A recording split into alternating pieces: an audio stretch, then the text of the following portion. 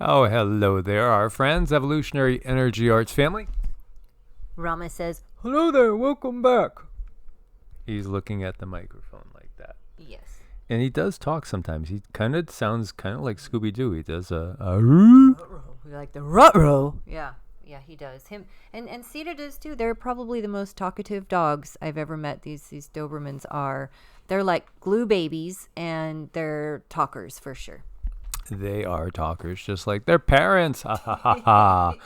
Please do subscribe all three channels. Evolutionary, EEARTS, Heart's Home as well. Way over here we see, gosh, what percentage, let me put this question out there. What percentage of the world do you think is awake to the bigger picture at this point? And then if you want to just say, hey, what percentage of my country or my local area is awake to what's going on? So here we see this tweet. Germany is to comply almost immediately with the EU directive to end fertilizers, following the Netherlands. First it was energy, now it's food. Net zero con will leave millions of citizens dependent on state handouts. It just seems to be just so obvious. Over here, Dutch and EU farmers arrived in Brussels yesterday protesting due to ridiculous regulations that are destroying the farming industry. And it's fascinating too because they haven't demonized all the fires and train derailments and plane crashes and all that, but I guarantee you this will be, oh yes, most definitely. Heartbreaking message from a Dutch farmer. Tonight was the last time we milked our cows after 90 years. Again, so many family businesses, multi-generational family businesses are being destroyed.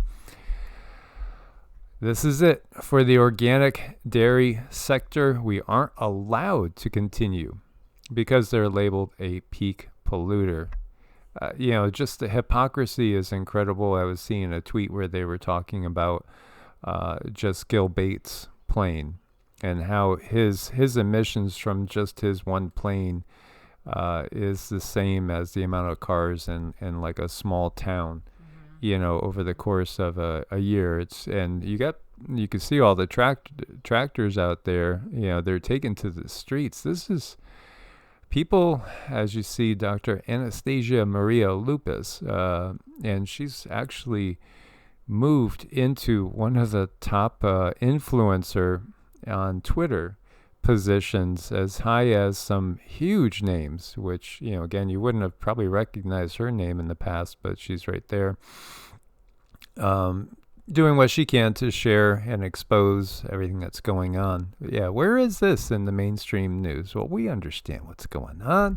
Mm-hmm. I know. These people that are allowed to fly their planes wherever they want, how much they want, their reasoning behind it is, oh, well, they're such brilliant people and they're such mega influencers of the world, making the world a better place. They just feel entitled. They're like, well, of course we're going to be able to do what we want. You guys eat your bugs and I'm going to fly on my private jet and eat caviar. Notice what's trending here. Nuremberg 2 and Karma. Nuremberg 2 and Karma. Did you see that trending? Nuremberg 2 and Karma. Ah, yes. And this is the forecast, which, as you see here, remains dismal for California. Another 1 to 2 feet of snow across the Sierra Nevada in Northern California, mid to late week. Atmospheric river emanating from the subtropics, the Pineapple Express, to bring more misery for the Golden State. Yeah, the next 2 weeks does not look good. It looks like, where so many people are buried in, and we have all these reports. See this? Help us. And they're serious. They're serious. It's pretty crazy. But, you go from the mega drought to all of a sudden being buried alive, literally buried alive, as we were seeing, 12 and a half feet of snow in 7 days. As residents of California, mountain communities have been snowed in for more than a week. 2 teenagers that were hiking lost for 5 days, they made it. They emerged unharmed amidst the 5-foot snowdrifts. So that was wonderful news. Two 17-year-olds, yeah, gotta be hardy to make it, getting stuck out there in the snow and all. This just gives you another look. Look at the before and after the deluge. Now recognize too, we've talked about it on EEARTS, and that's where this video is going to go. 1861, that whole flood event that lasted over a year, it just basically filled up the Central Valley.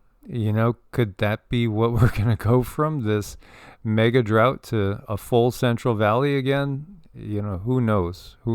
But absolutely, the drought is being taken care of. Meanwhile, over in southern Ontario, they were hit by intense winter storm with thunder snow and heavy snowfall over in Canada. And it was coming down at a rate of about 2 inches an hour, wind gusts 60 to 70 kilometers. Yeah, but again, it's a tale of two seasons. It's been nice here for the most part. A little roller coaster ride, but that's the area. We'll get that roller coaster ride. Some places are having a very, very easy winter, and other areas it's been like a one of a kind, 1 in 100 years snowfest, Snowmageddon. Tropical Cyclone Freddy, longest lived, one-of-a-kind tropical cyclone. I was going to say cyclone. What's a cyclone? Cyclone in history here. So this storm is something never seen before, will undoubtedly go down in history as an exceptional tropical cyclone. Transversed the entire 10,000 kilometers, 6,200 miles of the Indian Ocean, the full width, and became the first Category 5 storm of 2023, while also breaking the record for the most amount of cyclone energy ever recorded. The cyclone has made 2 landfalls to western Madagascar and Africa's Mozambique, resulting in multiple fatalities.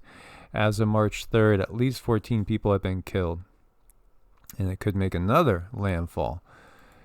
And then we have this billionaire, Mark Mobius, saying China is blocking investment outflows and he can't get his money out. China has since responded saying they haven't changed anything. It's all business as usual. Well, again, what I wanted to bring this up is because not for the billionaires out there watching the channel, but for the average person, because at some point in time, just remember the Great Depression. Odds are that within a year, maybe 2, we might have that situation where there's bank runs and you can't get to your money. And so, just be aware of that situation, because the economy is just, it's like, well, it's kind of like an avalanche waiting to happen. It is, and when you see these things, you just know, okay, it's going to happen. But when do I need to get out of the way for me? And everybody's situation is very, very different. But I think the point is looking at the climate of the world. Everything that's going on now is not sustainable. So something needs to give. It's like, I'm wondering what's going to be the straw that breaks that camel's back. There is one, and it's coming, and we're aware. And the more people we can make up and make aware, the better off we'll all be.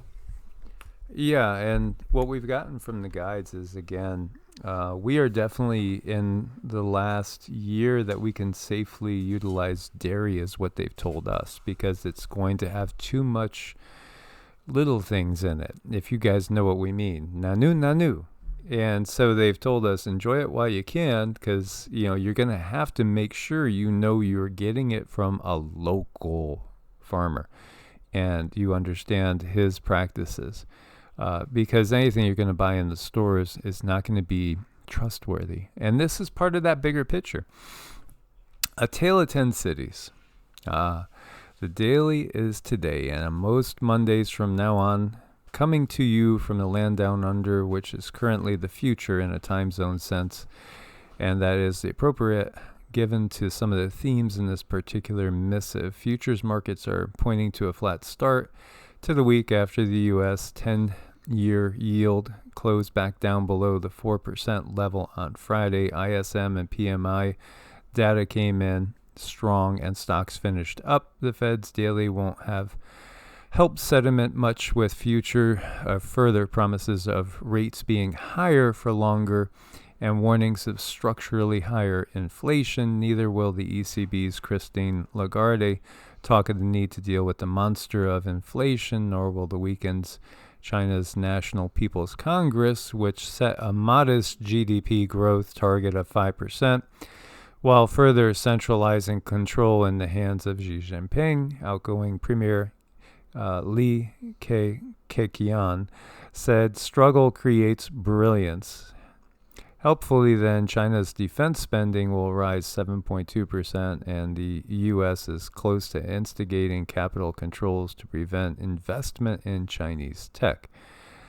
So this is interesting because then it goes into, and by the way, like the mortgage affordability is not good. Not good at all, and actually dire. There's been so many articles written right now. Is in some ways it's actually probably the worst time. It all depends on your situation.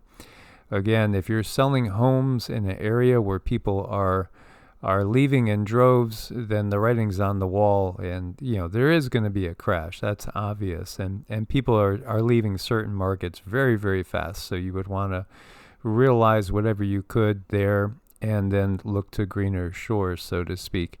And if, again, this is the best time in some ways when you have capital to work with. But we understand that crash is coming. And at the same time, you got this speech. It apparently seemed to, at least to some people, come out of nowhere, where you had the previous administration, 45, we refer to him as 45, Mr. T. I don't even want to say the name because, honestly, it'll just send all sorts of flags and checks and, throughout the whole AI system, unveiled his vision for 10 new freedom cities to be built on federal land. Now, again, federal land, you got to realize, in the bigger scheme of things, what is federal land? Because everything is paid for by us in our taxes, right? I mean, it's not, it's not some gift. No, and then again, we could equate it to crown land. There's still this thing called crown land, which exists in Canada and Australia, New Zealand, UK, of which Canada, Australia, and New Zealand, like 90% of the land is owned by the king. That's kind of crazy in this time. Absolutely crazy. Well, it's just done that way to preserve it. Yeah, sure. Okay. More fairy tales, more fairy tales. But bringing this up, creating 10 new cities, quote unquote, freedom cities, you got to realize anything we hear any politician say, if they give you a keyword, 2 words here, freedom cities, it's probably the exact opposite. And yeah, there's people that do completely believe in 45 and think everything that's going on now is just 46's fault. And then there's people that realize they're all puppets in the bigger show. But freedom cities, freedom. I don't think, the wise would take everything and inverse it. Mm-hmm. How many times have they called something the people's this and the people's that, and for the people, by the people. That sounds really familiar. For the people, by the people. Then it always seems like somebody up there on the ladder is really controlling things. And another thing that seems to be going on is, boy, are they playing into the ego. How wonderful would you be if you helped build this wonderful freedom city? Oh boy, oh boy. And they really can loop some people in with that one. It's like, I don't know. To me, I just couldn't be more obvious anymore. It's so clear. It's very difficult to watch, and it's getting more difficult to watch because I know the truth behind it. And the more we wake up, I don't know, the worse things get every time I see a speech. things are going to change. I just want to see people be truly free, not this version of free that they have created, because it's like their definition of free and our definition of free, those are worlds apart. You know, this world is very, very complicated. The speech is very chaotic, and it's really seriously made for spells. And that's just the truth of all of it. Yeah, and here we are teetering on the brink of WW hashtag number 3. And you have this speech being made. Now, we have gotten that, well, if you guys remember, we said before the last election, you know that thing that happens in Novembers every 4 years? Yeah. That it's going to look like 45 is gone, but he's not gone, is what the guide said. It's going to look like he's gone, but he's not gone. And will it be that it swings all the way back the other way? Maybe some sort of just can't take it anymore, right? And yet we understand there is a red dawn on the horizon as well. So, what really is going to come on down the pike? He has made statements saying that, he would stop, everything with the war and just boom, put everything, right in a heartbeat. And again, you got to look at what it was his take. He called it his C period, U period, R period, E period. He didn't speak out against it. No, not at all. And we understand how that went. So you got to be very careful. He also said about the few, put it up to a mirror, FEWWE. Okay, yeah. He also talked about, good old Klaus over there and that whole crew being very powerful, influential, great people. You gotta really tread carefully. We understand people have this desire to just look for a white hat somewhere. The true white hats are not going to come from the political system, and they're not going to come from anybody that's a billionaire. You have to recognize that. I think the better analogy is this is more like Enlil and Enki, really. And you would have 45 playing the Enki role. No, you can't wipe them all out. 46 is playing the Enlil role, where he's the mouthpiece of those that want to just completely wash it all away. And let's just start over completely fresh again. So, that seems to me to be the more accurate analogy. It's more like the Enlil Enki thing. But you have to realize, if you look to the tale of the Sumerian Noah, survivor of, the flood. And again, there's multiple Noahs across the world and all. You find this flood story everywhere. It's the Hindu story too, as well as different indigenous people everywhere. You'll find these flood stories are remarkably similar. It's always about the gods being angry, and one god saying enough, stop, or trying to save a remnant. So it feels so much more like it's really that Enki Enlil thing. But then Enki tricks the Sumerian Noah into turning down immortality and freedom so that he will stay a slave and humanity stays slaves. If Enki really was a good guy, he would have said, okay, make him like one of us. There you go. Genesis 3:22, Colossians 3:22. Let them be like one of us, take their position amongst us side by side. No, tricks him when Anu comes. And Anu is going to grant him immortality and also the knowledge of the gods. Instead, remains a slave. Yes, in servitude. So beware of Enlil, beware of Enki, beware of those that have that mentality. Good cop, bad cop. Things never change unless we are the ones that want to change them. And look at this guy here. He is having so much fun with his human, understanding that our pets they're angels. They love us. Look at this conversation. They're having so much fun. And I like that, Snow. Doesn't that just look pretty? She's getting her exercise in, and Betsy is right there with her. Absolutely. And the button, the beam, the noise going off, don't worry, it wasn't a bomb. No. That's just homemade biscuits for Rama and Sita. So, guys, we want to thank you for being part of this family. Thanks for your support over on Patreon. And thank you, Zoe. And thank you, Keith.